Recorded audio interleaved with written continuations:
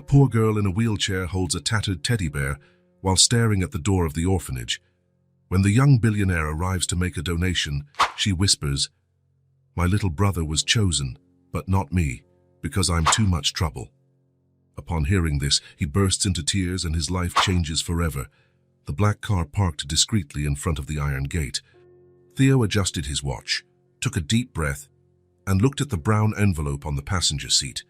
Inside it was a check with enough money to fix the entire roof of St. Clair's Home for Children. Nothing extravagant, nothing that would draw attention, just what was needed. There was something strange about coming back. 15 years had passed since he left that place for the last time, never looking back, vowing never to return. Yet here he was, his palms slightly sweaty and heart racing, as though he were still the scared boy he once was. Theo hadn't warned anyone he was coming. He didn't want welcome committees or emotional speeches about how he was an example of triumph over adversity. He hated that kind of thing. He preferred the simplicity of a quick visit, a quiet delivery, and leaving without fanfare. In his world of endless meetings and decisions involving millions of dollars, that simple honesty was rare. 15 minutes, tops, he told the driver, who nodded respectfully. The gate creaked just like in the old days. Some things never changed. Theo smiled slightly, remembering how many times he and the other boys had been caught trying to sneak out through that very gate. The telltale noise of the old metal was like an invisible guard. The garden looked smaller now. The trees had grown, creating generous patches of shade along the sides of the main building. The facade had been painted a pale yellow that didn't match his memories. Back in his day, the walls were painted a depressing institutional grey. Contrary to what he expected, the courtyard was full of life. Children ran from one side to the other, laughing and shouting. A group was playing ball near the entrance, while others played tag around the swings. The scene was almost identical to his recollections, except that he was no longer a part of it. Then his eyes caught something different. In the corner of the courtyard, partially hidden by the shadow of an old oak tree, sat a small child in a blue wheelchair watching everything in silence. She wore a simple floral print dress, her hair tied into two uneven braids. In her lap, clutched tightly, was a brown teddy bear, visibly worn over time, missing one eye and with patches on its paws. Something about her immediately captured Theo's attention. Maybe it was the way she watched the other kids playing, her gaze a mixture of longing and resignation. Or maybe it was simply the contrast, a small island of stillness amid all that motion and noise. Without much thought, Theo changed his path. Instead of going straight to the administration office, he walked toward the girl. She didn't notice him right away, too focused on stroking the bear's frayed ears. "Hi," he said, keeping a respectful distance. The girl looked up, surprised. She eyed him with curiosity but without fear. "Hi," she replied softly, adjusting the bear on her lap as if presenting it. "This is Benny." "Nice to meet you, Benny," Theo said with a smile, inclining his head slightly toward the toy. "You two look like good friends." "He's my best friend," she confirmed solemnly. "He's been with me since before I came here." A caregiver approached, clearly worried about a stranger talking to one of the children. Theo quickly identified himself, mentioning the donation he'd come to deliver. She relaxed but stayed close by. "Don't you want to play with the other kids?" Theo asked, noticing how she kept watching the ball game. The girl hugged the bear even tighter and shook her head. "I can't keep up," she explained, pointing to the wheelchair. "And nobody has the patience to wait." There was an acceptance in her voice that felt all too familiar to Theo. That calm resignation of someone who's understood far too early that the world doesn't always adjust itself to those who are different. "Have you lived here long?" he asked, crouching to be at her eye level. "Almost a year," she replied, looking again toward the group of children. "My younger brother was here too, but he left last month." "He left?" The girl nodded, rearranging the bear in her lap. Her gaze grew distant for a moment, as though seeing beyond the courtyard. "My little brother was chosen, but not me because I'm too much trouble." Her words came out simple and direct, with no trace of self-pity, like she was stating something obvious, such as the color of the sky or the shape of clouds. It was that very matter-of-factness that hit Theo like a physical blow, knocking the air from his lungs for a moment. He knew that feeling all too well. The sensation of being overlooked, of being too complicated to be worth a family. Her words were the same as the ones he'd told himself so many times, sitting alone in that very courtyard years ago. The caregiver, who had kept a polite distance, stepped in at that moment. "Lily, it's almost time for your medicine. We need to go inside." The girl nodded obediently. She glanced at Theo one last time and gave him a small, shy smile. "Bye," she said, waving with the hand not holding the bear. "Bye, Lily," he replied, standing up. As the caregiver pushed the wheelchair toward the main building, Theo stayed where he was, watching them leave. The girl's words echoed in his mind. "I'm too much trouble." That sentence haunted him for the rest of his visit. He handed the envelope in at reception, hastily signed the donation paperwork, and politely declined the invitation for a tour of the newly renovated facilities. His mind was elsewhere.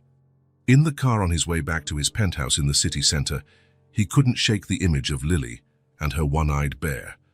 The meetings that afternoon felt interminable.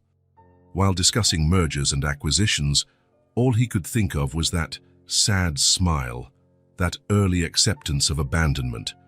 That night, alone in his minimalist apartment overlooking the city, Theo found himself rummaging through a box kept at the back of his closet. Inside, among a few scattered reminders of his past, lay a small green plastic dinosaur, the only toy he managed to keep during all his years at the orphanage. Without giving it much thought, he grabbed his phone and called his assistant. "Emily, I need you to buy something for me tomorrow morning." "Of course, Mr. Walker. What is it?" "A teddy bear, the best one you can find." Silence on the other end broke only when he added, "And cancel my morning appointments. I need to pay another visit." The next morning arrived with a cloudless sky. Theo woke before his alarm, unusual for his routine. On the living room table lay an elegant paper bag bearing the golden logo of an exclusive toy store. Inside was a doll with brown hair and large, unexpressive eyes, wearing a blue dress with small embroidered flowers and matching white shoes. Emily had followed his instructions to the letter. The best one you can find. The toy's price likely matched a caregiver's monthly salary at the orphanage, but that didn't matter. What mattered was that it wasn't just another doll, but something special. The driver found it odd that they were returning to the same place the next day, but maintained his professionalism. During the ride, Theo gazed out the window, lost in thought. The bustling city streets gave way to quieter avenues, and finally the tree-lined road leading to St. Clair's. "I'll be a bit longer today," he told the driver when the car stopped at the gate. This time, there was no envelope in hand, just the new doll cradled carefully in his arms. The gate squeaked the same way, and the garden seemed just as small, but now everything felt different to his eyes. Details he had missed the day before leapt out at him. The colorful curtains in the dorm windows, children's drawings pinned on the hallway board, the broken swing that needed repair. He headed straight to reception. The secretary recognized him immediately and smiled. "Mr. Walker, what a surprise.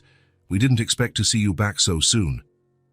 "I forgot to settle something," he said vaguely. "Is Mrs. Martha working today, by any chance? I'd like to speak with her." Martha Harris was the senior caregiver at the orphanage. She'd worked there back when Theo was just another kid without a family. If anyone could give him information about Lily, it would be her. The secretary nodded and asked him to wait in the small reception area. Theo sat uncomfortably in a chair that felt too small for his adult frame. The new doll rested in his lap, looking out of place in his large hands. Minutes later, a woman with graying hair and a poised demeanor entered the room. Her face bore the marks of decades spent caring for children, but her eyes remained lively and alert. At the sight of Theo, a genuine smile lit her features. "Theodore Walker," she said, using his full name just as she had when he was young. "So good to see you again." Theo stood up and shook her outstretched hand. He felt an urge to hug her, but refrained. Martha had been one of the few who truly cared about him during his time here. "Martha, you haven't changed at all." She laughed, a warm sound that reminded him of bedtime stories. "You've changed completely. Look at you, a successful businessman." Her eyes landed on the doll. "And with a new friend, I see." Theo glanced down at the toy in his hands, suddenly feeling a bit self-conscious. How could he explain why he was here? "Actually, I came because of one of the children, a girl named Lily. Martha's smile softened into a more thoughtful expression. Lily, of course. You met her in the courtyard yesterday, right? Theo nodded. She told me something that touched me, about her brother being adopted and her not.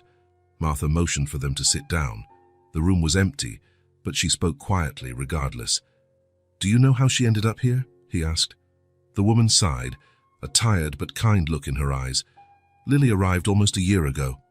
Her parents died in a car accident. Her younger brother was adopted a few months later. She has very few belongings, just that old bear she brought from home. She never complains about anything, but she hasn't been the same since. Each word hung in the air like lead. Theo felt a pang in his chest imagining what she'd been through, losing her parents and then watching her brother leave as well. How does she act day to day? He asked, genuinely interested. She's sweet, quiet, very mature for her age, Martha said. She helps the younger kids with their homework. She's patient when teaching them, but she barely plays.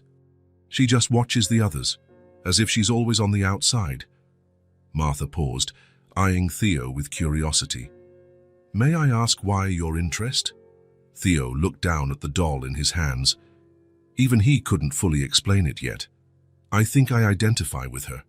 Martha nodded, understanding without further explanation. She'd known him as a child. She knew his story. She's probably in the back garden by now. She likes to stay near the flowers when the weather is nice. Theo thanked her and stood. Martha watched him for a moment before adding, It's good to see you back, Theodore, doing something like this. He only nodded before stepping out, not trusting himself to speak.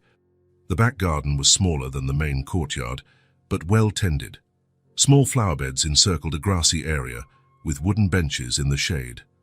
Lily was there, just as Martha had said, her wheelchair parked near a bed of daisies.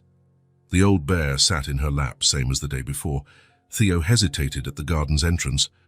Suddenly, his plan seemed presumptuous, maybe even intrusive. What was he doing here anyway? What right did he have to show up in this child's life? But before he could overthink it, Lily turned her head and saw him. A tiny smile of recognition appeared on her face. There was no going back now. He walked over, feeling strangely nervous. He stopped at a respectful distance and tried to smile naturally. Hi, Lily, remember me? We met yesterday. You're the man who talked to Benny, she answered, pointing at the threadbare bear. That's right, Theo confirmed, relaxing a bit. I brought something for you. He held out the new doll, feeling clumsy. Lily looked at the toy with wide, surprised eyes. For a moment, she didn't move, as though she couldn't believe what she was seeing. Is it for me? She finally asked, voice barely above a whisper. Yes. I thought you might like it. Lily reached out hesitantly, taking the new doll in her arms. She touched its delicate dress admiringly, ran her fingers through its soft hair, gazed into its bright eyes. Then, to Theo's surprise, she hugged it tightly to her chest, closing her eyes for a moment. When she opened them again, there was a glow in them that hadn't been there before. Her name is going to be Teddy, she declared with conviction, as though the name had been decided a long time ago. There was something in the simplicity of that moment, in the pure joy reflected in her eyes, that instantly connected them. Theo felt as if an invisible thread had been stretched between them. Still fragile, but very real. Teddy is a great name, he agreed, sitting on a bench near her chair. Lily placed Teddy next to Benny in her lap and introduced them formally, speaking to both toys as though they were old friends meeting for the first time. Theo watched, charmed by the seriousness with which she conducted this little ceremony. In that quiet garden beneath the gentle morning sun, something began to change. Neither Theo nor Lily realized it at the time, but that simple gesture, a doll offered without grand words, had planted the seed of something that would grow far beyond either of their expectations. One visit turned into two. Two became three. Before he knew it, Theo had created a new routine in his always busy schedule. Every Wednesday at 3 in the afternoon, his driver would drop him off at the gates of St. Clair's. At first, these visits were short and somewhat formal. He brought small gifts, colorful books, crayons, a jigsaw puzzle with big pieces, and spent about half an hour with Lily in the garden. The girl awaited him with barely disguised excitement, always with Benny and Teddy on her lap, watching the gate long before the appointed time. The orphanage staff noticed Lily's change. The once quiet child who spent hours alone began to smile more. She started counting the days to the next visit, marking little boxes on a calendar Martha had given her specifically for that purpose. "How many days are left?" she would ask anyone who passed by. Over time, the visits grew longer. Theo began cancelling meetings and delegating tasks to spend more time with the girl. Half an hour stretched into 1 hour, then 2. One time, he lost track of time and stayed until nightfall, reading stories she had never heard. "Just one more, please," Lily would beg, her eyes shining with eagerness, and he would read, reading as he had never read before, giving each character a different voice, pausing dramatically at the right moments, watching her face light up at each twist in the tale. On a particularly hot afternoon, Theo arrived with a larger bag than usual. Inside was a complete set of art materials, paper with different textures, crayons, markers, and professional colored pencils. Lily's eyes widened when she saw so many colors at once. "They're all for me?" she asked, incredulous. "All yours," Theo confirmed. "Martha told me you like to draw." Lily picked up a red marker and examined it as though it were a precious jewel. She carefully placed the cap to one side so she wouldn't lose it, and immediately began drawing. Theo watched, fascinated by her concentration, her tongue peeking out at the corner of her mouth, her eyes focused on the paper. "What are you drawing?" he asked after a few minutes. "A house," she replied without looking up, "with ramps instead of stairs." It was the first time Theo noticed a pattern. In subsequent drawings, he realized she always included large windows and ramps. Houses, schools, stores. Every building she drew had those features. "Why so many ramps?" he asked once. Lily looked at him as if the answer were obvious. "So I can go anywhere," she explained simply. "And big windows so I can see outside, even when I can't go out." In that moment, Theo understood something about her limitations that he had never truly considered. For Lily, the world was full of invisible barriers he, with fully functional legs, had never had to face. During another visit, he noticed how carefully she stored every gift he brought. In a shoebox decorated with colorful stickers, she kept all their drawings, the pencils still perfectly sharpened, the markers always with their caps, and the small toys immaculately clean. "Why do you keep everything so carefully?" he asked. Lily shrugged, as though the question were hardly worth asking. "To make them last longer," she finally said. "Things go away if you don't take care of them." The simple statement carried a weight that hit Theo like a physical blow. For a child who had lost so much so quickly, preserving what she had was an act of survival. On a rainy afternoon, when they couldn't sit in the garden, they stayed in the orphanage's small library. Lily flipped through a book on marine animals, while Theo answered emails on his phone. The silence between them was comfortable, like old friends who don't need to fill every second with chatter. Suddenly, without looking up from the book, Lily asked, "Do you have kids?" The straightforwardness of the question caught Theo off guard. "No," he replied simply. "Why not?" He smiled at her curiosity. "I guess I've never met the right person to start a family with," he explained, "and I was always so busy with work." She nodded, as though the answer made perfect sense. She kept turning the pages of the book, taking in the colorful images of dolphins and turtles. Then, without warning, she asked another question. "Did you have parents?" The question landed like a knife, cutting the air between them. Theo felt his body tense instantly. It wasn't a simple question, not for him. The silence stretched, heavy as lead. Lily looked up from the book, noticing the change. She observed his tense expression and how his fingers gripped the phone too tightly. "I'm sorry," she said quietly. "Was that a bad question?" Her small voice brought Theo back to the present. He forced a smile that didn't quite reach his eyes. "No, it wasn't a bad question," he finally said. "It's just complicated." "Like me?" Lily asked. "I had parents, but they went away." "More or less," he agreed, choosing his words carefully. "My parents didn't die like yours. They left me here when I was little and never came back. It was the first time he had said it out loud in years. Not even in therapy had he managed to put it so plainly. He always used euphemisms, technical terms, emotional distance. I was institutionalized. I lived in a care home. I grew up in the system. Never the raw truth. I was abandoned. Lily took in the information with the seriousness only a child who has known loss can possess. That hurts more, she stated, because they chose to leave. The accuracy of her observation felt like a punch to his gut. That was exactly it. The pain of knowing his parents had a choice and still decided to leave him behind. Memories he'd buried deep resurfaced. The first weeks in the orphanage, crying every night, convinced his parents would return any minute. His first birthday alone, waiting for a call that never came. The broken promises, the letter he wrote at age 12 that went unanswered. Then the cold resolution he made at 14. Not to cry anymore, not to wait anymore, not to need anyone anymore. I really miss my parents, Lily said, cutting into his thoughts. And my brother too. Sometimes I cry secretly when I remember my mom's perfume, or how my dad used to carry me on his shoulders. Gabriel, my brother, always slept with me when I was scared of storms. She hugged Teddy and Benny more tightly. But you came back, she continued. You came back to the place that hurt you. The observation was so simple and direct, it struck a deep chord in Theo. He'd never thought of it that way. Coming back to the orphanage was like facing a past he'd spent decades avoiding, and in some way, meeting Lily had given that return a new meaning. Yeah, I guess I did come back, he admitted. You're brave, she said, with conviction.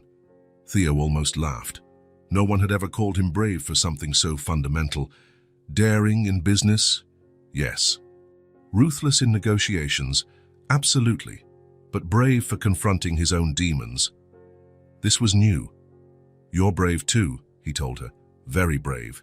She smiled, a smile that lit up her entire face despite everything she had lost. Can we read another story? She asked, shifting gears with the ease only a child can, and so Wednesdays became the highlight of Theo's week.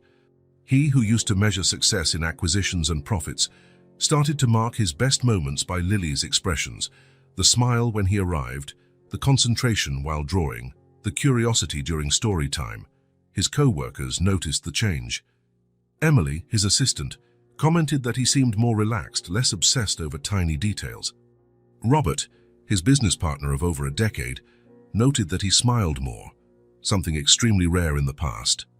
Did you meet someone? Robert asked during a business lunch. Yes, Theo answered, without elaborating. How could he explain that the person changing his life was a child in a wheelchair holding a one-eyed teddy bear and a doll that never left her lap? One afternoon, after nearly 2 months of weekly visits, Theo arrived at the orphanage and found Lily silently crying in the garden. His chest tightened at the sight of tears rolling down her small face. What happened? He asked, kneeling beside her chair. Today is Gabriel's birthday, she explained between sobs. Last year, we made a cake together. Mum let us make a huge chocolate mess in the kitchen. Without a second thought, Theo hugged her. It was their first real physical contact beyond handshakes or light shoulder pats. Lily clung to him as though he were a lifeboat in a stormy sea. It's okay to cry, he murmured. Good memories can hurt sometimes, but they're still important. Do you have good memories of your parents? She asked, her voice muffled against his shoulder. Theo thought for a moment. Some. My mom used to sing me to sleep, and my dad taught me how to play checkers. Do you cry when you remember? Not anymore, he admitted. But I was angry for a very long time. Lily pulled back slightly and looked at him, tears still glistening in her eyes. I'm angry sometimes too, she confessed. At God, for taking my parents. At the people who took my brother, but didn't want me. It's not fair. Her honesty disarmed him. Theo had never met anyone so direct, so free of pretense. It was like looking into a mirror that reflected not just the present, but also his past. A past full of unvoiced hurts and silent rages. Anger is part of it, he said, surprised by his own wisdom. Just don't let it take up too much space. Lily nodded, wiping away her tears with the back of her hand. For a moment, they both remained quiet, each lost in thoughts. Then she looked up at him, her face gentler. "Thanks for coming today," she said simply. "Always," Theo replied, realizing that single word held a bigger promise than any he had made before. Lily's fragile but genuine smile made Theo realize how his own wounds were slowly healing as he helped her deal with hers. Two wounded hearts finding solace in the mutual understanding of a pain few others could grasp. St. Clair's Home for Children had official visiting days. Twice a month, potential adoptive parents would come to meet the children. Those days were filled with anticipation, energy, and inevitably noise. The kids wore their best clothes, carefully combed their hair, and practiced smiling in the mirror. The air brimmed with hope and anxiety. Theo arrived on one of those days, unaware. As soon as he parked, he noticed the difference. More cars in the lot, unfamiliar voices echoing in the corridors, and a buzzing atmosphere. "Visiting day," the receptionist explained when she saw him, "always on the second Monday of the month." Theo nodded, feeling out of place. Normally he would head straight to the garden or library, where Lily usually waited. Now, he had no idea how to find her amidst all the commotion. He walked down the main hallway, observing interactions. In various rooms, couples chatted with kids, playing games and asking questions. Staff members hovered, discreetly supervising and stepping in to facilitate conversations when needed.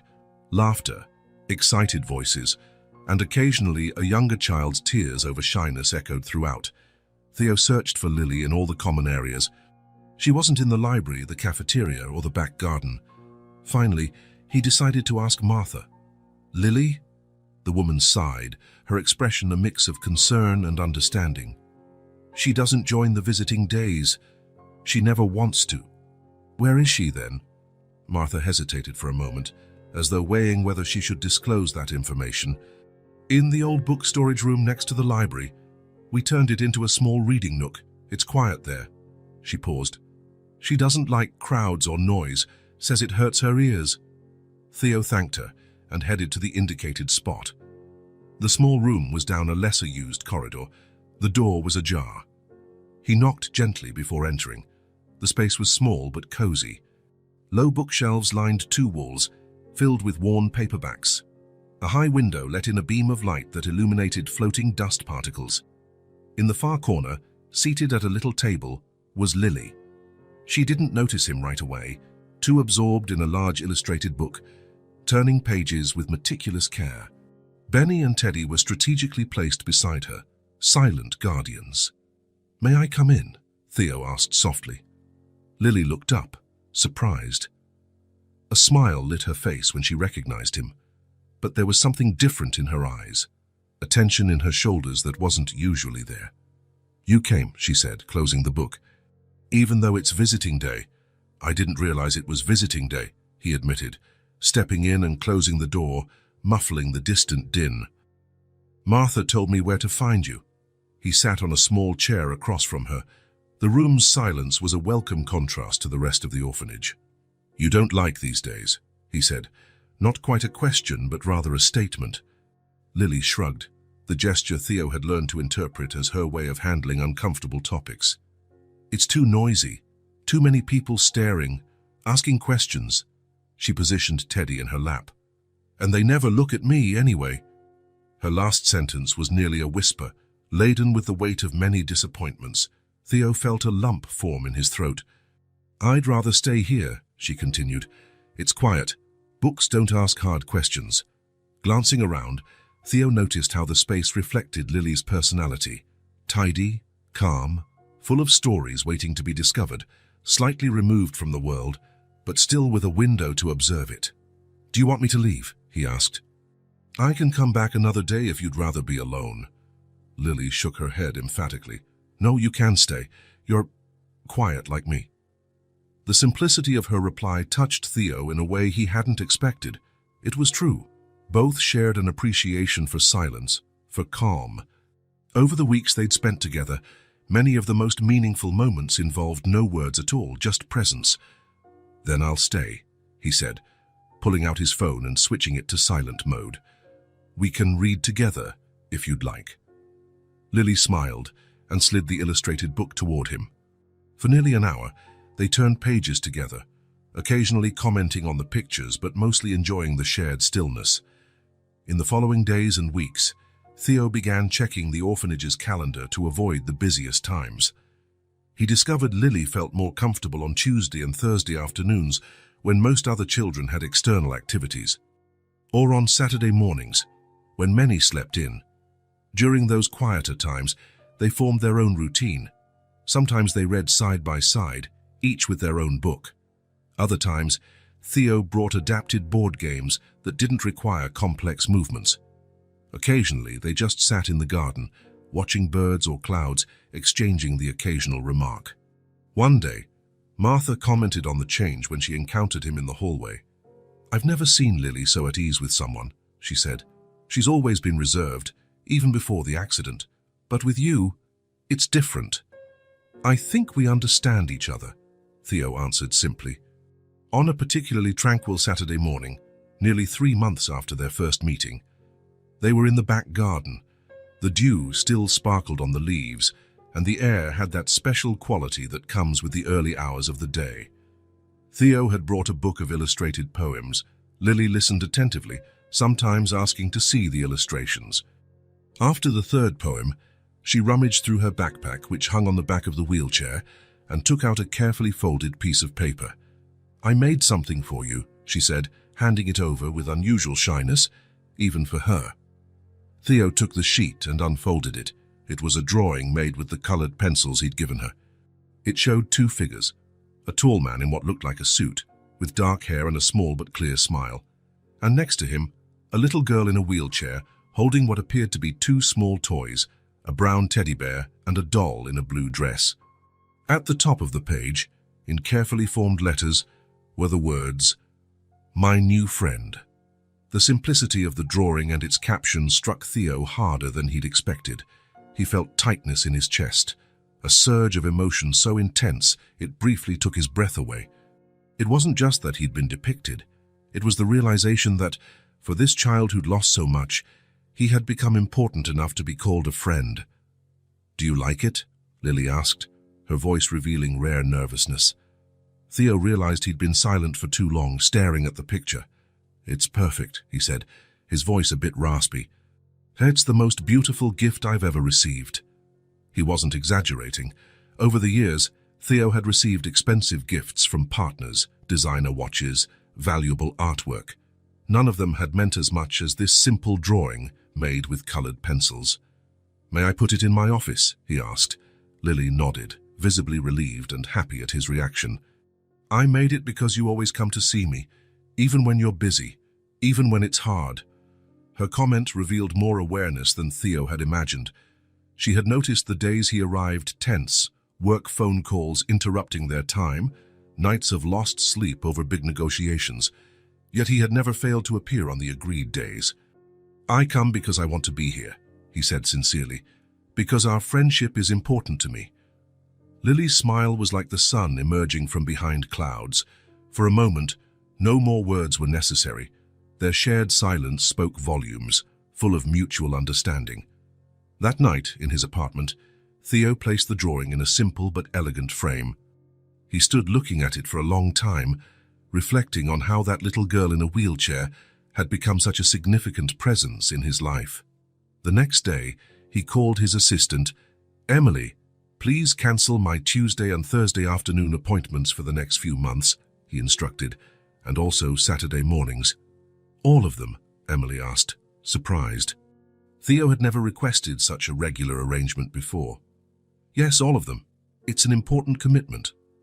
After hanging up, he looked again at the drawing on his office wall. The words, "my new friend," were so simple, yet they represented a profound transformation. For someone who had spent decades building walls around his heart, those 3 words signaled a monumental shift.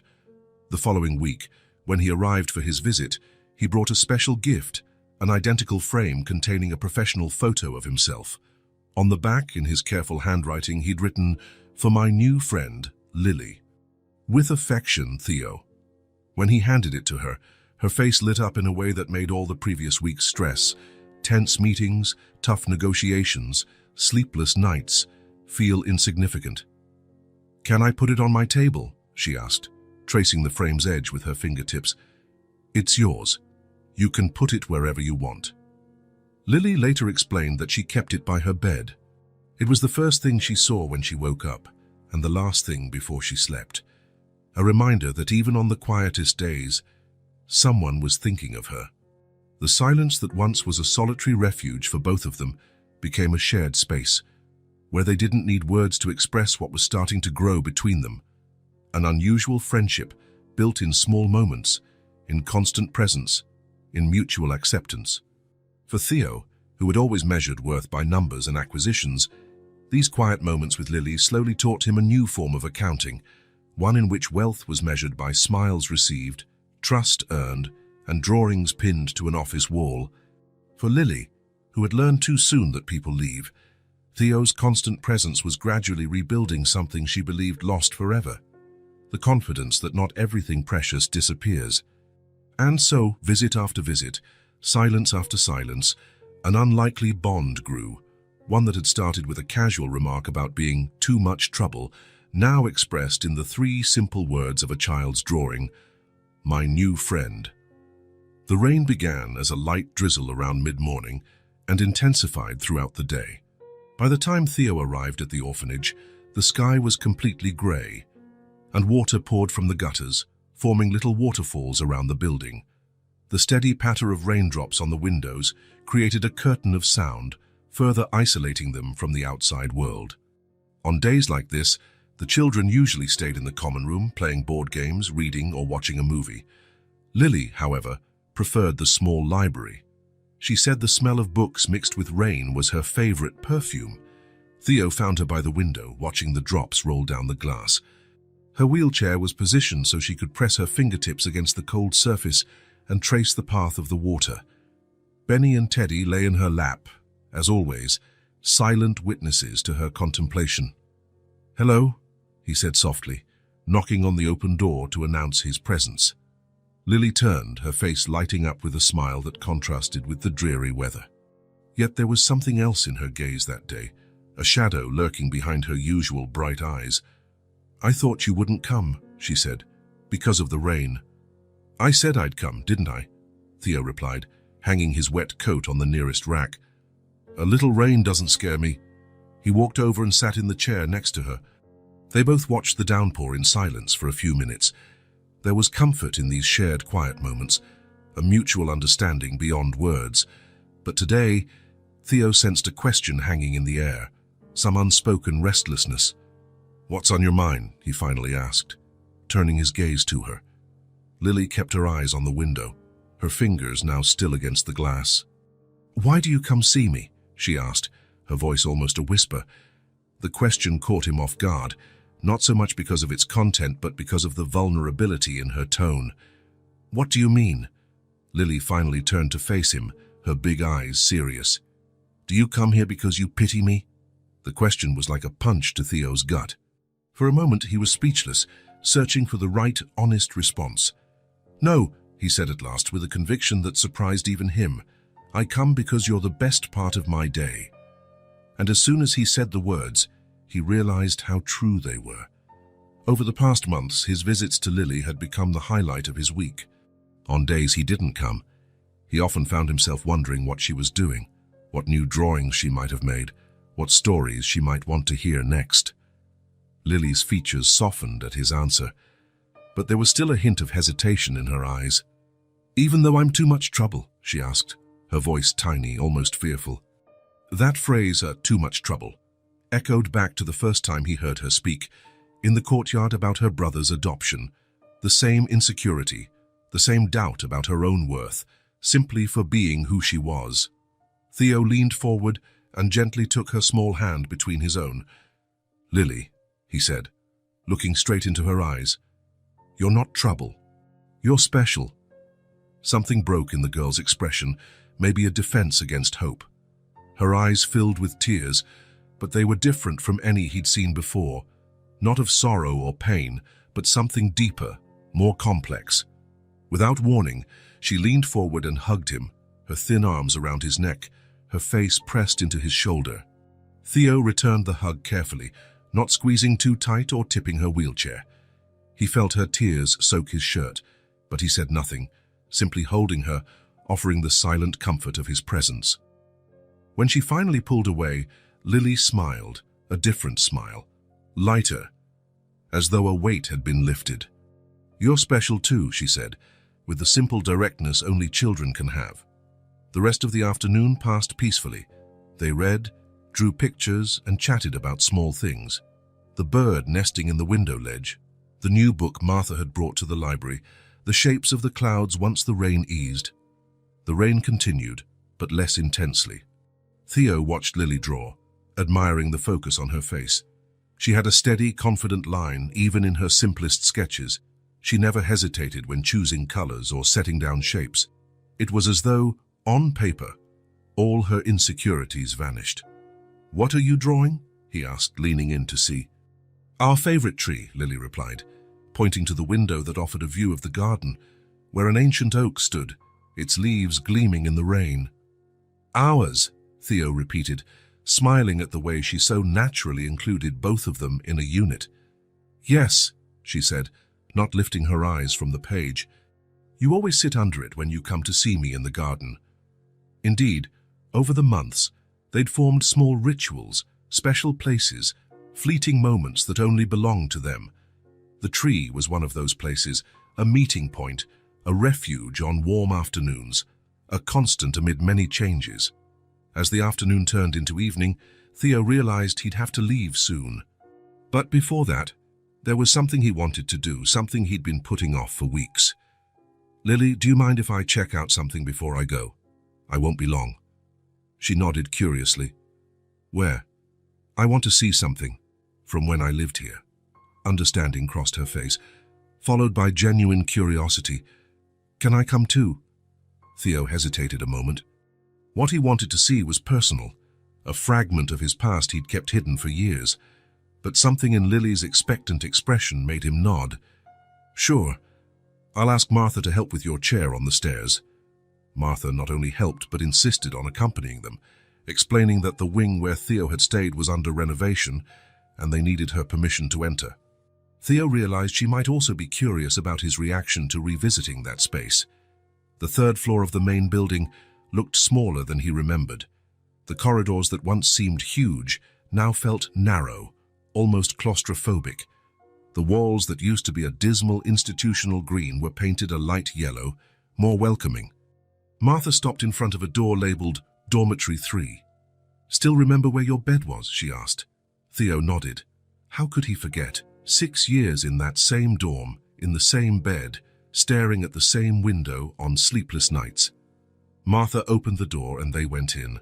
The dorm was empty, no mattresses on the beds, ready for renovation. But the basic layout remained. 5 metal-framed beds lined up against the wall, high windows, a small built-in closet where they kept their few belongings. "It was right there," Theo said, pointing to the second bed on the right. "My bed for 6 years." Lily studied everything carefully, as if trying to picture the boy Theo had been, sleeping there, living in this space. Theo walked slowly around the dorm, his footsteps echoing on the bare floor. He stopped by the wall next to where his bed had been and crouched, carefully examining a specific spot near the baseboard. "It's still here," he murmured to himself, more than to the others. Martha joined him, curious. "What are you looking for?" Gently, Theo scraped away a small bit of loose plaster, revealing faint chalk marks. "What's that?" Lily asked, moving her chair closer to see. Theo smiled, a smile full of memories. "Something I wrote when I was 10. The words, written in a shaky child's handwriting, were partially legible. "One day, I'm leaving this place." Martha leaned in, looking over his shoulder. "We've painted this wall at least 3 times since you left," she commented, surprised. "Amazing how some things endure."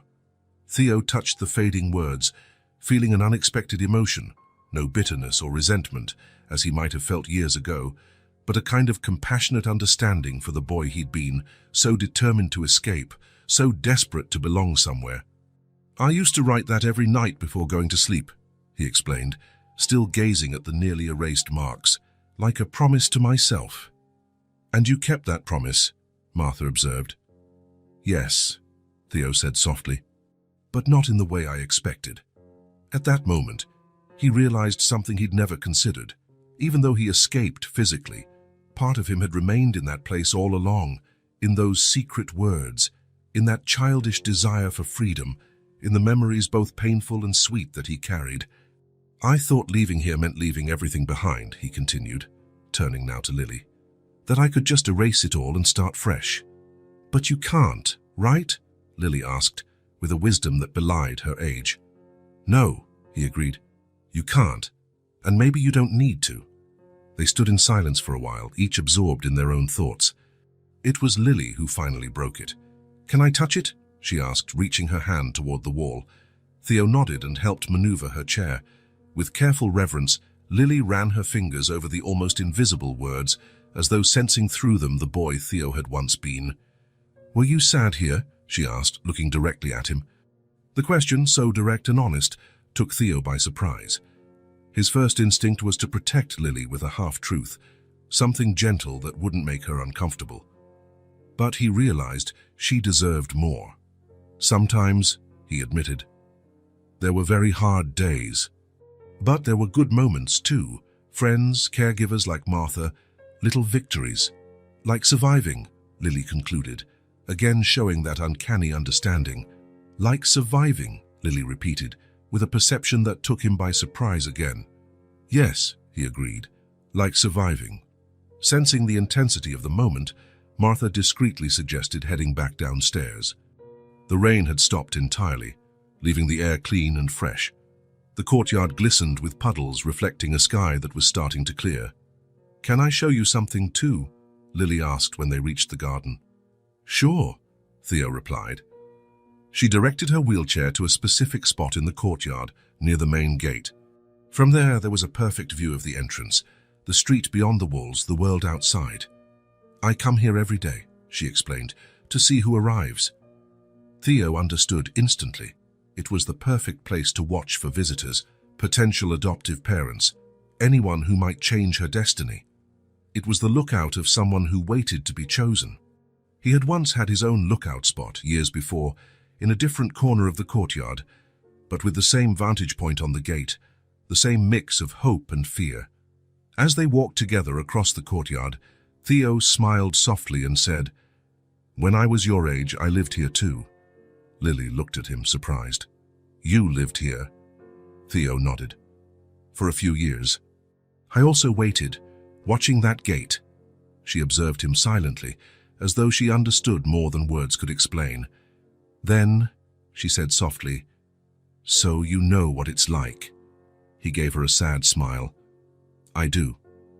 That's why I come back. In that moment, they shared an understanding that went beyond age or circumstance. An understanding built on a shared experience, waiting, watching the gate with hope and fear, wanting to be chosen yet fearing rejection. The sun began to set, casting a golden glow over the damp courtyard. The other children had come out to enjoy the end of the rain, running around and laughing as their voices echoed in the open space. Martha had stepped away to keep an eye on them, leaving Theo and Lily alone with their thoughts. You know what I wanted most as a child here? Theo asked, watching the kids at play. Lily shook her head, waiting for him to continue. Someone who understood, he said. Someone who knew what it was like, without me having to explain. Lily nodded, her eyes locked on his. Me too. And now? He asked. What do you want most now? She thought for a moment, her fingers idly fidgeting with the fabric of her dress. Not to be scared, she finally answered. Scared of what? Everything, she said, with disarming simplicity. Of being chosen, of not being chosen, of being too much trouble, of being alone. The raw honesty of her words struck Theo to the core. He recognized in them his own childhood fears, fears he still carried in more adult guises. You know something, he said, kneeling so he was at her eye level. It's normal to be scared. Everybody is, even grown-ups. But you're braver than you think. How do you know? Because I see how you face each day, how you take care of your toys, how you do your drawings, how you read your stories. All that. even when it's hard. That's courage. Lily took in his words, searching his face for any sign of insincerity or empty reassurance. She found only truth. "You're braver too," she finally replied. "You came back to a place that made you sad." That observation, so simple and direct, brought forth a truth Theo hadn't fully grasped until that moment. Coming back to the orphanage was not just about charity or a good deed. It was also about facing his past, healing old wounds that had never properly closed. "I guess we're brave together then," he said, holding out his hand to her. Lily smiled and placed her small hand in his. "Together," she agreed. And so, under a sky gradually shifting from blue to gold, then tinged with the first purples of dusk, a child who was afraid of being chosen, and an adult who still carried the scars of never having been chosen themselves, found a moment of peace. Not because their circumstances had changed, but because they were no longer alone in their fears. Sunday dawned clear and mild, perfect for what Theo had been planning for weeks. He woke earlier than usual, triple-checked a small backpack he'd packed the day before, and drove to the orphanage well before the time he'd arranged. He felt nervous in a way he rarely did, even in multi-million-dollar executive meetings.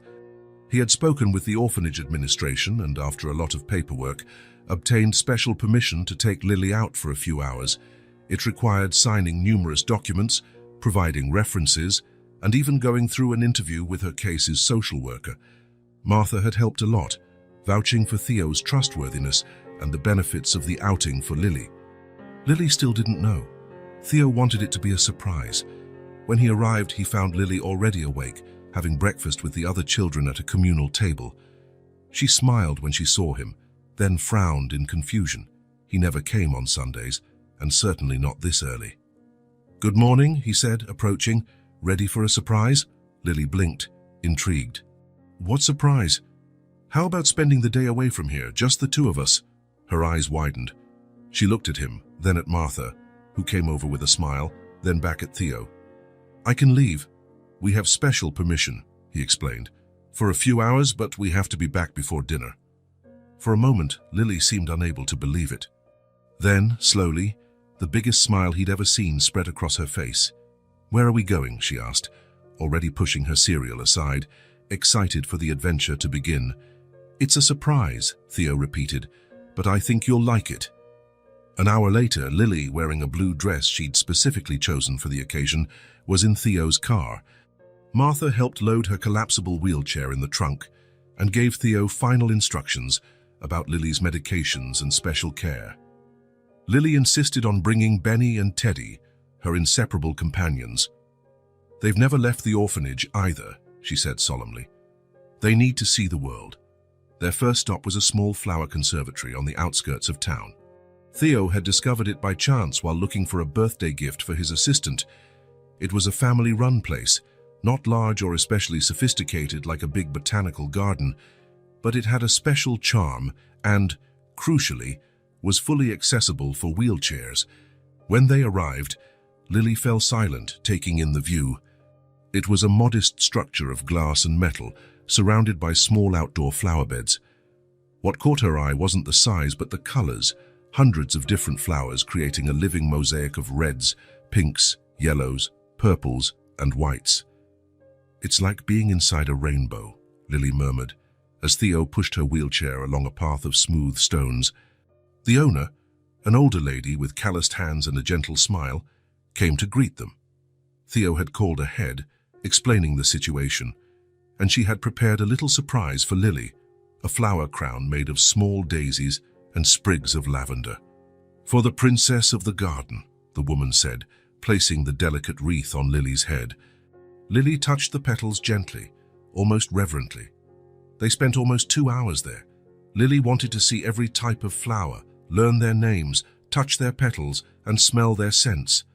Theo watched, enthralled by her delight, by how her eyes lit up with each new discovery. The owner, noticing Lily's genuine interest, gave her a small potted plant she could care for herself, a violet with an intense purple hue that, according to the woman, bloomed year-round if treated kindly. "Just like you," she said, gently touching Lily's cheek. "Small but strong." As they left, Lily held the violet in her lap alongside Benny and Teddy, and Theo announced the second part of the surprise. "How about some ice cream now?" Lily's face lit up again. "Real ice cream, at an ice cream shop." Theo laughed at her question, which revealed so much about the limited life she'd led. "Yes, real ice cream, in a real shop. You can pick any flavor you want." They went to a small ice cream parlor in the city center. It wasn't busy at that hour. No crowds, no curious stares at Lily's wheelchair. They sat by the window. Lily examined the colorful menu with an expression of utter concentration, as if faced with the biggest decision of her life. "You've had ice cream before, right?" Theo asked, suddenly worried. "Sometimes at the orphanage," she replied, eyes still on the menu. "But only chocolate or strawberry, and small cups. Here there are so many flavors." After much deliberation, she chose a dish with 2 scoops, chocolate and pistachio, a combination that made Theo smile at her sophisticated palate. He ordered the same in solidarity. Watching Lily eat her ice cream was an experience in itself. She savored each spoonful with complete focus, as if memorizing the taste. There was no rush, no childlike urgency to gobble it before it melted. There was only pure pleasure at tasting something special, something not in her normal routine, something that might not happen again soon. "This is the best day of my life," she declared between bites, her tone so serious it squeezed Theo's heart. Right then and there, in the glow of the sun streaming through the window onto Lily's smiling face, her flower crown slightly askew and a bit of chocolate ice cream smudged by her mouth, Theo had a sudden impulse. He took out his phone. "Can I take a picture of you?" he asked. Lily looked surprised but nodded, straightening up and smiling, a genuine smile that reached her eyes and lit her entire face. Theo captured the image and immediately knew it was special. It was more than a photo. It was a record of a moment of pure joy, possibly the first time Lily had felt that kind of happiness since the accident that took her parents and left her in a wheelchair. He showed her the photo, and she examined it curiously. "Do I look pretty?" she asked, with the insecurity typical of her age. "Beautiful," Theo replied, with absolute sincerity. Back at the orphanage by late afternoon, Lily was exhausted but radiant. She carefully held the violet, as though it were a precious treasure. Benny and Teddy had also tasted the ice cream. In reality, Lily had offered them each a tiny spoonful so they could share the happiness. Martha met them at the entrance, and Lily immediately started recounting every detail about the flowers, the ice cream flavors, and how people on the street smiled at her in her flower crown. While listening to her describe each moment, Theo glanced again at the photo on his phone. He decided right then that he'd print it and frame it for his office, alongside the drawing she'd given him. But on his phone, he'd keep it in a special spot, a reminder he could carry anywhere, a talisman against bad days, stressful meetings, and the loneliness he'd often felt even when surrounded by people. The drive back to his place had never felt so long. While navigating the city's evening lights, Theo felt torn between the joy of the day just past and a growing restlessness he couldn't ignore.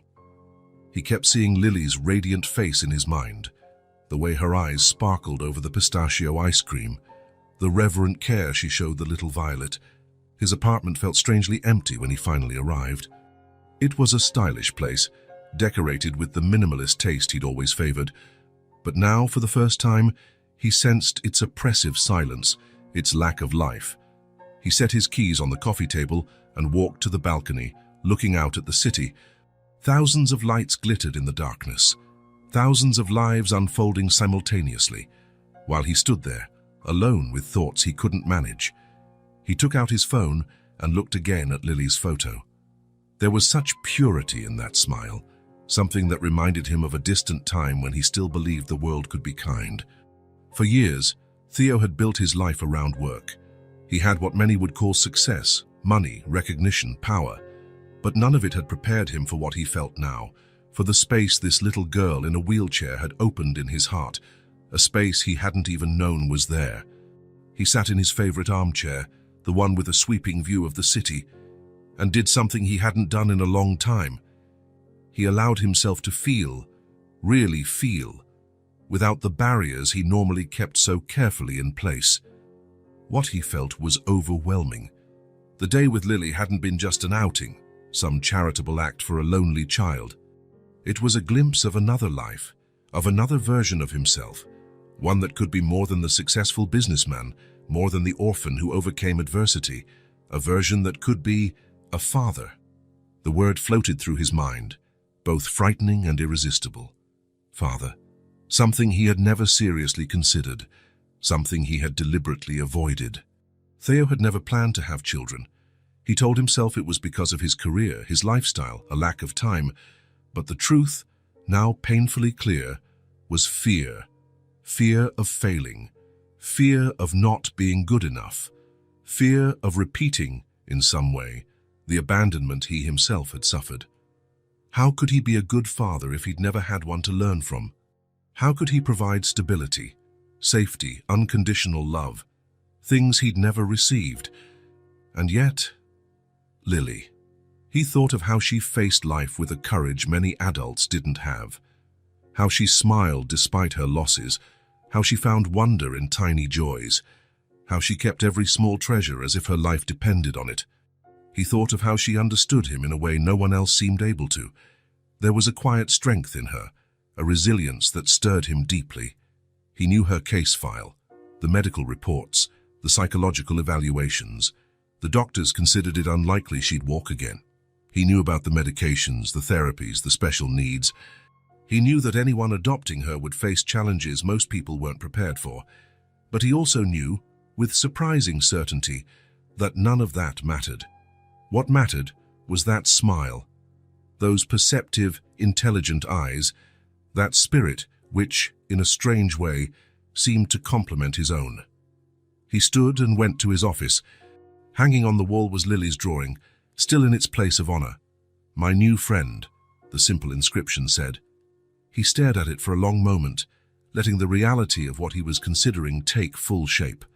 Adopting Lily, giving her a permanent home, a family, even if it was just the two of them, a place where she'd always be the first choice, never left behind.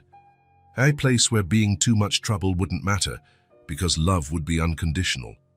The thought brought with it a wave of panic. Could he really do this? Could he raise a child, change his entire life, his priorities, his future? What if he failed? What if he ended up hurting her or letting her down, just like his own parents had done? He sat at his desk and opened his laptop. He began searching about adoption, about children with special needs, about what it meant to be a single father. Hours passed as he absorbed information, statistics, and personal accounts. His hands trembled slightly, a physical sign of the battle raging inside him. He stopped when the sun started to rise, painting the sky pink and orange beyond his office window. He was exhausted, emotionally spent, but something had shifted.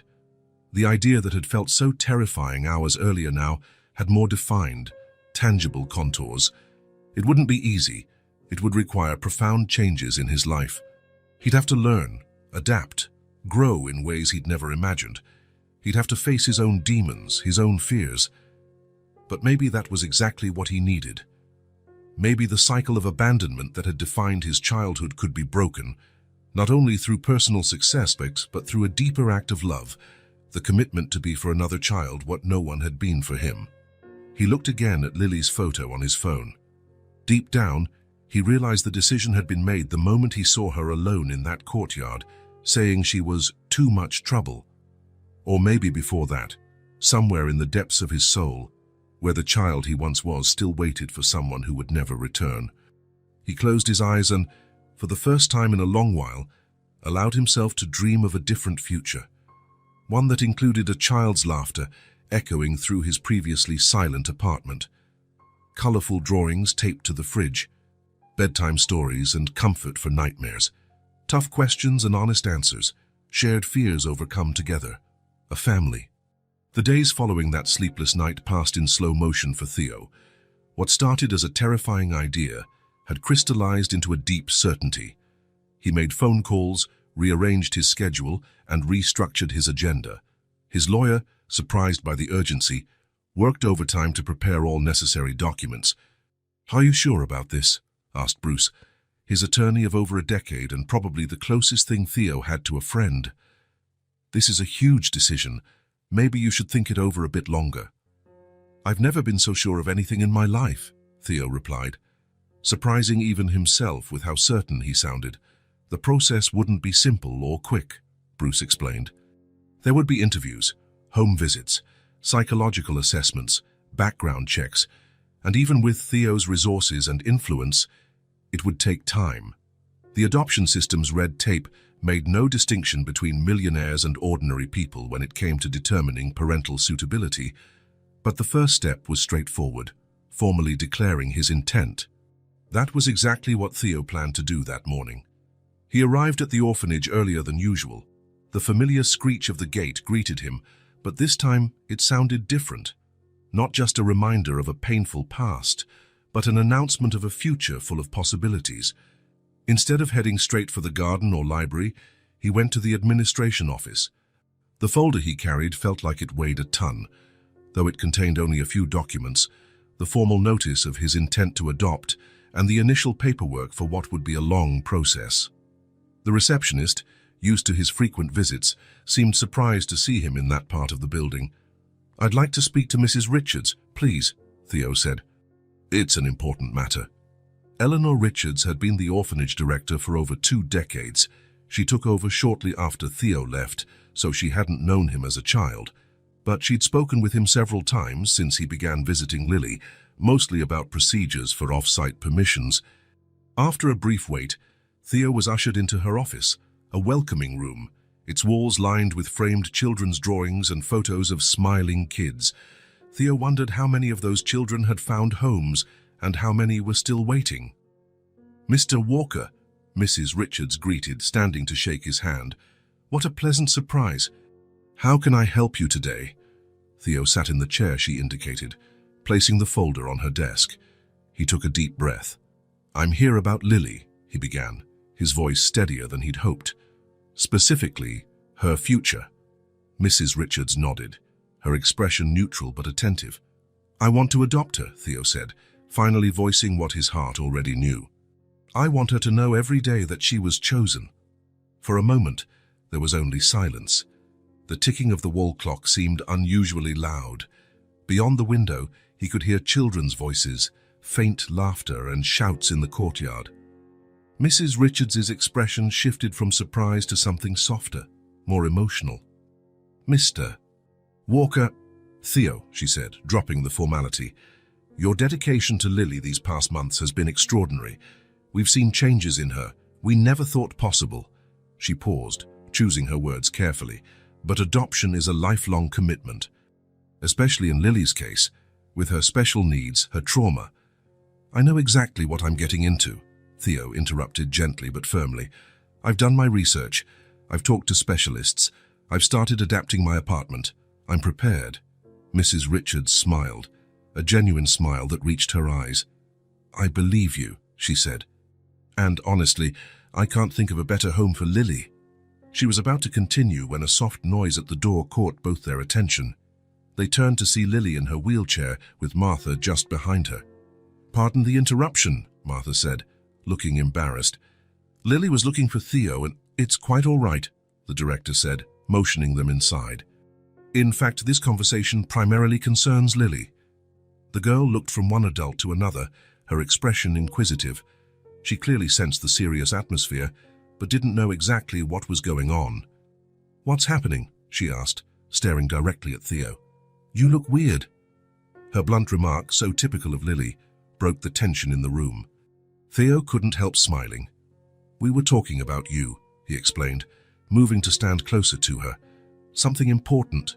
"What?" she insisted, clutching Benny and Teddy as though bracing for bad news. Theo exchanged a glance with Mrs. Richards, who nodded encouragingly. "Lily," he began, crouching to meet her eyes. "I spoke with Mrs. Richards about the possibility, about my desire to adopt you, to have you come live with me and be my daughter." The words hung in the space between them.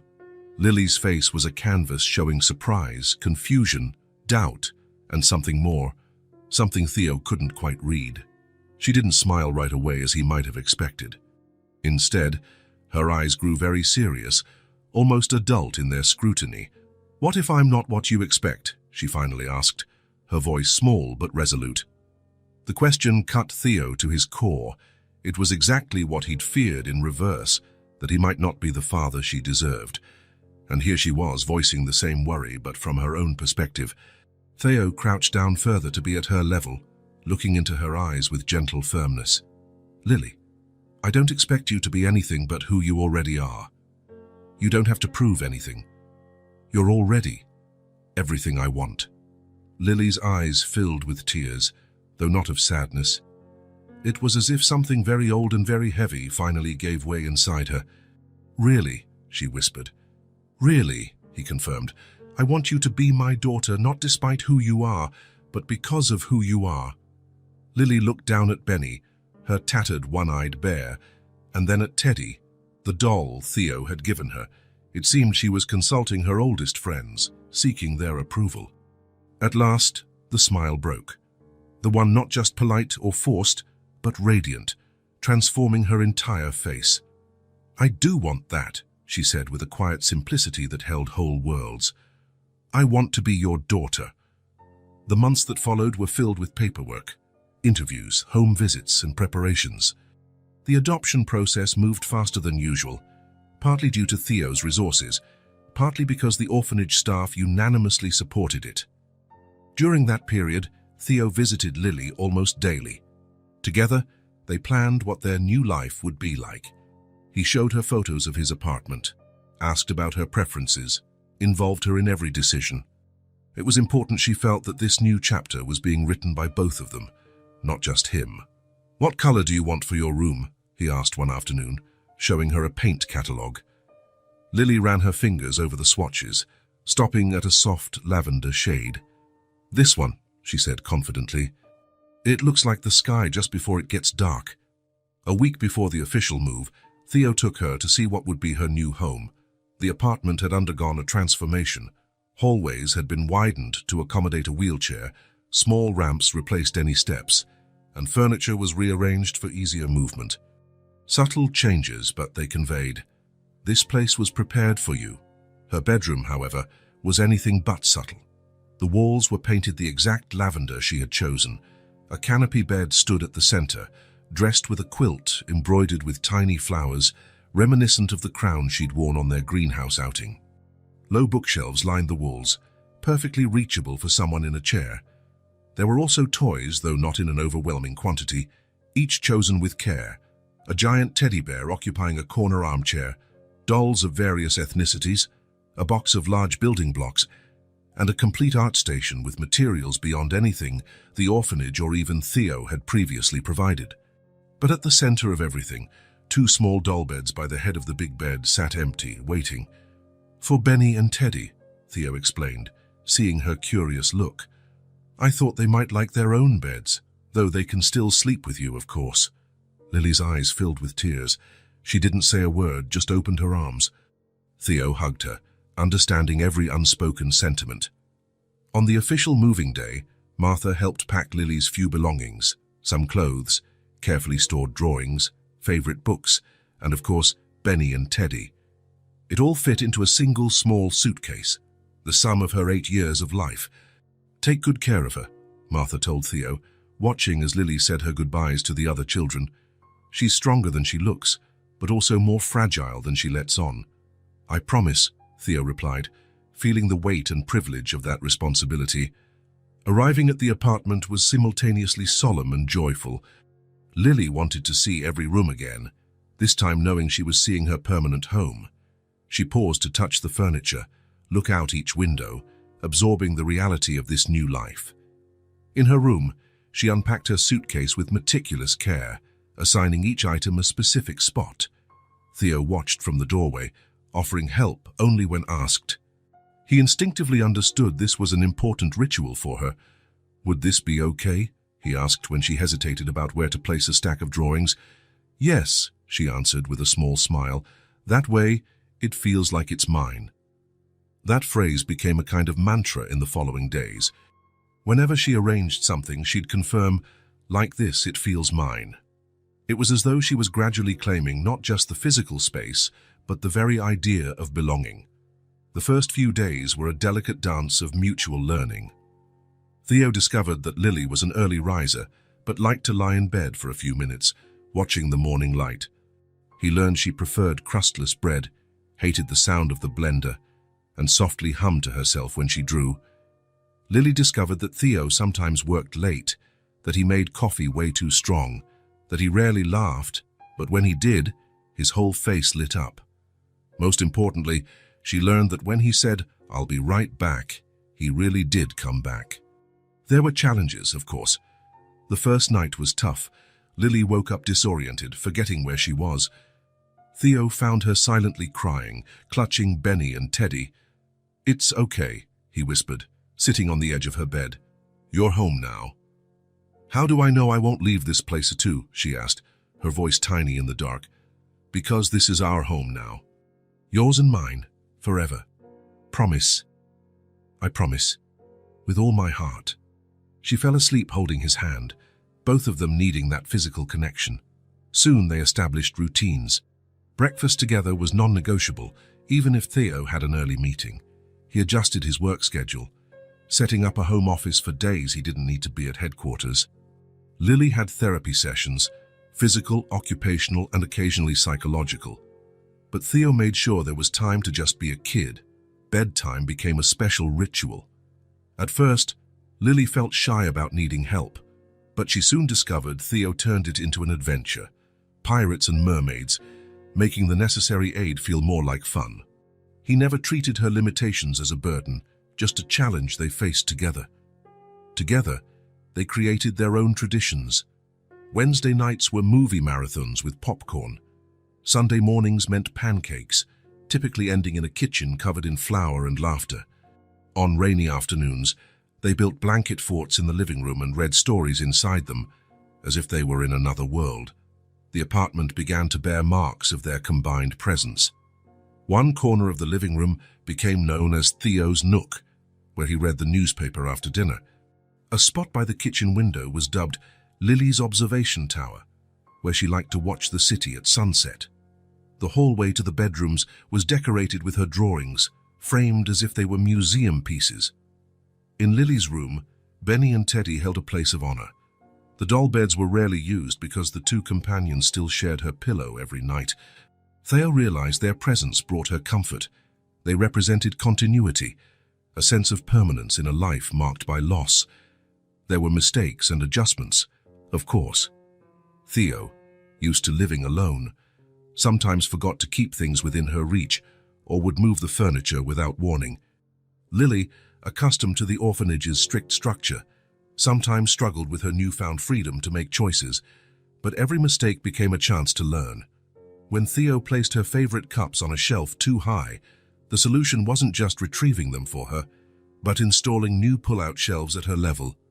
When Lily had an anxiety attack after accidentally breaking a cup, afraid he'd be angry, he didn't just say it was okay, he showed her, time and again, that her worth wasn't tied to being perfect. "We all break things sometimes," he explained, as they cleaned up the shards together. "Things can be replaced. People can't." One evening, about 3 weeks after she moved in, Theo passed by Lily's bedroom following a work call and found her lying awake, staring at the ceiling. "Can't sleep?" he asked, sitting on the edge of her bed. She shook her head. "I'm thinking." "About what?" She was silent for a moment, organizing her thoughts. "How different it feels." "What does?" "Being chosen," she said simply. "It's different from what I imagined." "How did you imagine it?" Lily hugged Benny and Teddy closer, as if drawing courage from them. "I thought I'd have to be different, happier, smarter, easier," she said, pausing. "At the orphanage, people always wanted easy kids." Theo's heart clenched to hear such an adult perspective from someone so young. "Being chosen doesn't mean you have to change," he said gently. "It means someone saw who you really are and thought, that's exactly who I need in my life." She considered that for a moment, then smiled, a slow smile that began small and gradually spread like a sunrise. "I think I like that definition." "Me too," Theo agreed. "Now go to sleep. Tomorrow's a big day." "Full of good things?" Full of our things, he corrected. Some will be easy, some will be hard, but they'll be ours. She nodded, satisfied with his honest reply. As her eyes drifted shut, still clutching Benny and Teddy, Theo realized that these first days together were teaching them the same fundamental lesson, that family isn't just about sharing good, easy moments. It's about creating a space where you can be completely real, fears, flaws, hopes and all, and still be loved. And that, more than lavender walls or new toys, was the true home they were building together. One day at a time, mistake by mistake, smile by smile, with the old teddy bear and the new doll sharing the same pillow, silent witnesses to a brand new beginning. The seasons began to change. Winter gave way to spring, bringing golden leaves to neighborhood trees and cooler morning breezes. For Lily and Theo, that change of season mirrored the transformations in their own lives. A new cycle was beginning, full of possibilities. 2 months had passed since Lily moved in. Their routines felt more established, the spaces in the apartment more familiar, and the silences between them more comfortable. There were still moments of adjustment, of course. Sometimes Lily would wake up crying at night, missing her parents. Some mornings Theo woke up anxious, terrified he might be incapable of giving her everything she needed. But these uncertainties, rather than driving them apart, seemed to strengthen the bond growing between them. One particularly sunny Saturday morning, while they were having breakfast, Lily kept staring at the empty space between the bookshelf and the main window in the living room. "What are you thinking?" Theo asked, noticing her concentration. "That corner," she said, pointing. "It looks empty." "What do you think should go there?" Lily pondered for a moment, absently poking at her cereal. "Maybe my drawings and some toys," she ventured, hesitating like she wasn't sure if her idea would be welcome. "It's our home, but sometimes it still feels too yours." That observation hit Theo with sudden clarity. It was true. Despite the adaptations for Lily, much of the apartment still felt like his old life. Minimalistic, stylish, adult, neutral tones, designer furniture, abstract art on the walls. It all spoke of the life he had before she came. "I think that's a wonderful idea," he said with a smile. "In fact, let's make it our weekend project." "Sound good?" Lily's face lit up. "Really?" "Of course. It's your house, what too? It should have your touches everywhere." That very afternoon, they went to a home goods store. Lily selected simple, light wood frames for her favorite drawings, some brightly colored pillows, and a low bookcase to display her treasured toys. Theo watched her choose, surprised by how seriously she weighed each option, considering how each would fit the space. "This matches the sofa better," she explained, choosing a blue pillow over a red one. "It makes the room feel calmer." Theo smiled, impressed by her developing aesthetic sense. There was so much more to her than he yet knew, and each new discovery was fascinating. On Sunday, they devoted themselves to creating Lily's Corner, as it came to be called. Theo hung the frames at a perfect height for her to view them from the wheelchair. Together, they arranged her toys on the new shelf, the giant teddy bear on guard, the picture books lined up by size, the building blocks in a translucent box so the colors could be seen. Benny and Teddy, however, were not part of this display. When Theo suggested a place of honor for them, Lily shook her head. "They sleep with me," she said firmly. "They only come to the living room when I'm there."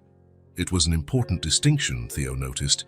There were display toys, and then there were essential companions, those that carried history and comfort beyond mere decoration. By the end of the day, the corner had been transformed. The framed drawings formed a small gallery of children's art, colorful horses, big windowed houses, and, of course, the increasingly frequent family drawings she made. A tall man in a suit and a girl in a wheelchair, hand in hand, always under a smiling sun. From her wheelchair, Lily surveyed the final arrangement, her eyes shining with satisfaction. "Now it feels like my home's too," she declared, smiling as though the entire room lit up with her. Something in that statement touched Theo deeply. The idea that a space could transform from his home to their home simply through some framed art and well-placed toys felt both simple and revolutionary at once. In the following days, he noticed Lily frequently pausing by her corner, rearranging a toy or admiring her drawings. It was as though that little claimed territory offered her the security to gradually make herself at home in the rest of the apartment. One afternoon, watching from the kitchen window, Theo saw something that subtly changed his perspective. Lily was in the condo's small garden, pushing her wheelchair along the stone path by herself. There were obstacles, small inclines, tight turns, patches of loose gravel, but she maneuvered them with determined patience, sometimes backing up to try another approach. His first instinct was to run to help her, but something made him wait and simply observe. He watched the concentration on her face, the satisfaction when she cleared a difficult stretch, the patience when she had to try again. There was no frustration in her repeated attempts, only a calm resolve. In that moment, Theo realized Lily didn't need him to save her. She only needed him beside her. She didn't want every obstacle removed from her path. She only wanted the reassurance that he'd be near if she needed help. He went downstairs to the garden, but rather than rush to assist, he sat on a nearby bench. "Exploring?" he asked casually. Lily nodded, skillfully navigating around a larger rock. "I'm mapping things out," she explained. "I need to know where I can go alone and where I'll need help." The practicality of her approach impressed him. Instead of lamenting her limitations, she was identifying them, working within them. "You learn anything useful?" he asked. "Yes," she replied, stopping next to the bench. "I learned I like trying by myself first." "I think that's very wise," he agreed. "And if you ever need me, I'm here." She smiled, that slow grin that started in her eyes and spread across her face. "I know." That simple affirmation, "I know," carried a world of trust. Theo wasn't sure he'd earned yet, but was determined to live up to. That night after dinner, they sat in the living room for their usual bedtime reading. Lily picked a book about a family of rabbits who rebuild their home after a storm. The story was about cooperation and how each family member contributed something different. When they finished, Lily stayed quiet for a moment, absently stroking Teddy's hair as Benny rested on her lap as well. "What did you think of the story?" Theo asked. "I liked it," she said. "But they had to build a new house because they lost their old one." Theo nodded, sensing how the story could stir difficult memories. "Yes, sometimes we lose things we love and have to build something new." Lily didn't speak for a while, still stroking the doll in her arms. "I miss my parents," she said finally, her voice small yet steady.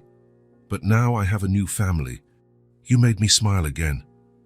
The simple words washed over Theo like gentle but powerful waves. He felt his eyes grow moist, making no effort to hide his emotion. "You made me smile again, too," he admitted. It was true. Before Lily, his life was filled with professional success, but very few moments of genuine joy. Now, even on hard days, there were flashes of laughter, shared discoveries, small triumphs they celebrated together. That night, as he tidied the kitchen after putting Lily to bed, Theo pondered how his idea of home was shifting. He'd always thought in terms of physical structures, walls, furniture, and a dress. But he was beginning to realize that home was not just a place, but a feeling of belonging, acceptance, emotional safety. Lily's corner in the living room was more than just decoration.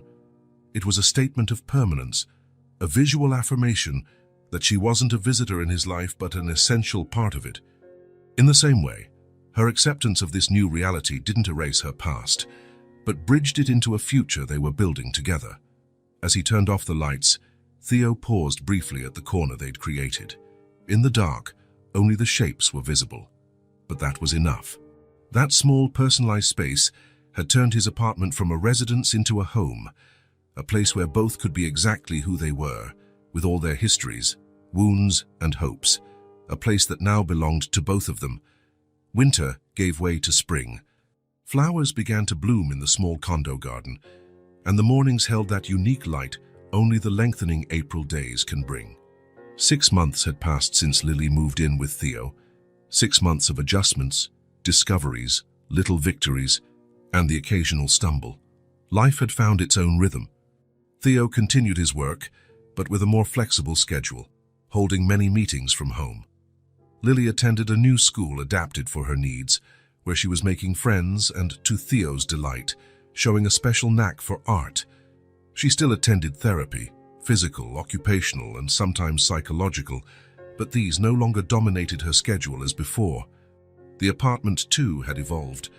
Lily's corner in the living room had expanded and now included a small art table, always littered with ongoing projects. Her framed drawings were no longer confined to that space. They appeared everywhere: the fridge, the hallway, even the bathroom. Gradually, the neutral tones and minimalist decor Theo once preferred had given way to color, texture, and signs of a shared life. Lily herself had changed, not just in how she'd grown a bit taller or put on some weight. Her cheeks were fuller, her eyes more lively, her smile more frequent. Her hair, once kept in uneven braids for practicality, was sometimes loose now, falling in soft waves around her shoulders. Subtle transformations that reflected her well-being and sense of safety. Theo also wasn't the same. The always immaculate executive was now sometimes spotted at video conferences with flecks of paint on his fingers or a forgotten hair tie on his wrist. He smiled more, slept better, and for the first time in decades, kept personal photos in frames around his office. Not just Lily's original drawing, but actual pictures of them together. One particularly pleasant Saturday morning, Theo took advantage of the sunshine to tidy the condo's small garden. The other residents rarely used it, and he had permission to plant flowers and herbs he knew Lily would love. Wearing worn clothes and gardening gloves, an image that would shock his colleagues, he pruned some shrubs, humming absent-mindedly. Lily was on the adjacent balcony that overlooked the garden, seated at a portable drawing desk. She worked intently on some project, occasionally looking up to watch Theo, then returning to her art with renewed inspiration. A serene closeness settled between them, each engaged in their task, yet aware of the other's presence. "What are you drawing?" Theo asked, removing his gloves for a break. "Our house," she said, turning the paper so he could see. The drawing did not depict their real apartment, but an imagined house, bright, whimsical, with large circular windows, a shiny red door, and ramps instead of stairs. In the garden, two figures, a tall one and a smaller one in a wheelchair, were planting flowers together. In the sky, in addition to the ever-present smiling sun, were two special clouds containing 4 faces: Lily's parents and brother, Theo realized, plus one who seemed to be a younger version of him, perhaps the boy he once was. The emotional complexity of the picture deeply moved him. It wasn't just a fantasy house, but a representation of how Lily saw their new family, connected to the past yet building something new. "It's beautiful," he said sincerely, "especially the round windows." "They're like hugs for the light to come in," she explained, with the peculiar logic of childhood that often hides profound truths. Theo sat on the step of the balcony, near her wheelchair. For a few moments they simply appreciated the garden and the peacefulness of the morning. There was a comfort in these shared silences that Theo had never experienced in any other relationship. "Can I ask you something?" Lily finally said, her tone suddenly serious. "Of course." "Anything."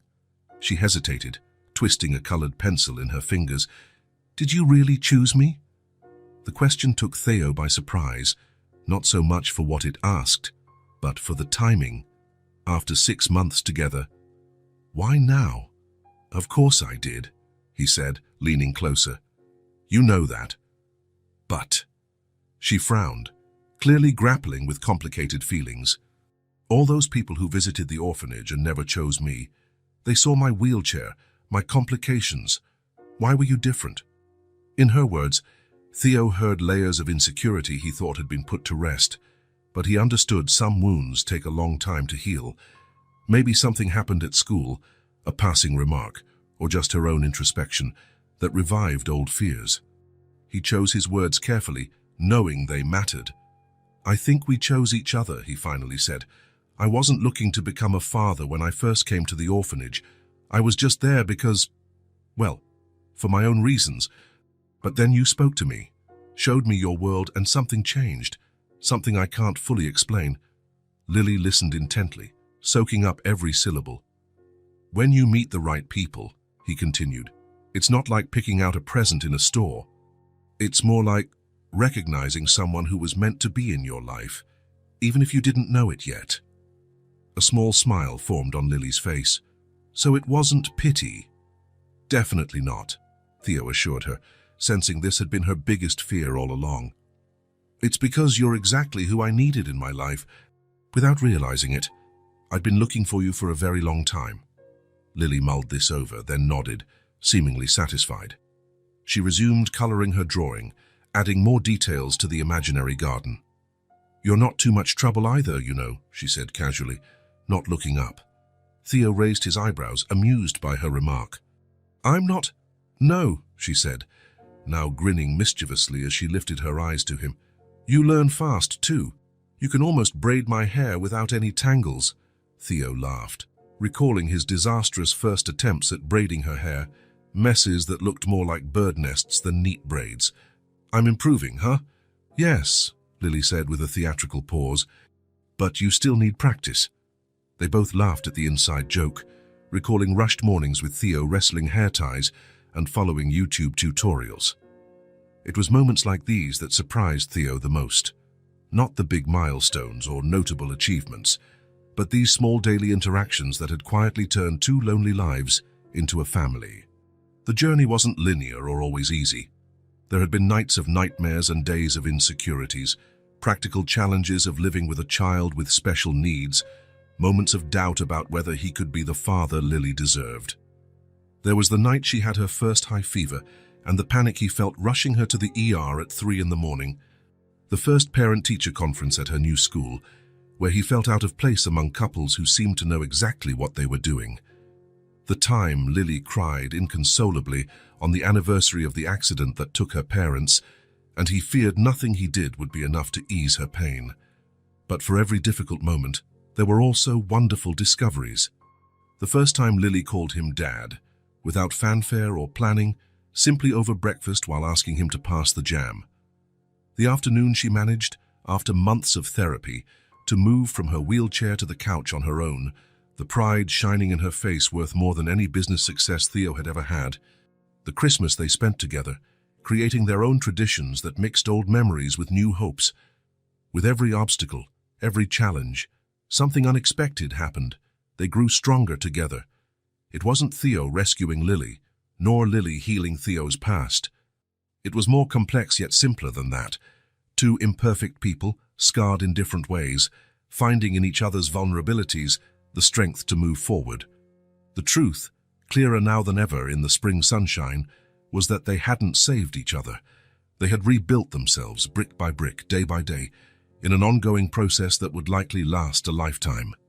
Watching Lily on the balcony, sunlight dancing in her hair, Theo felt a profound gratitude, not just for the happiness she brought him, but for the person he was becoming through her, more patient, more present, more capable of seeing beauty in small, everyday moments. The true home they had built wasn't simply the apartment with its ramps and Lily's corner, nor even the fantasy house in her drawings with the hug windows. Their real home was in the invisible spaces between them. The trust slowly gained, the routines formed, the comfortable silences, the laughter over messy braids. They had built the most special kind of house, one that existed in each other's hearts. A house with no walls or limits, one that no one could ever take away. A house where the wounds of the past weren't erased, but welcomed and woven into the new story they were writing together, day after day. A house where they would never be alone again. If this story touched your heart, subscribe to the channel and turn on notifications so you don't miss the next ones. Leave a like because it helps this story get recommended to more people. See you in the next story.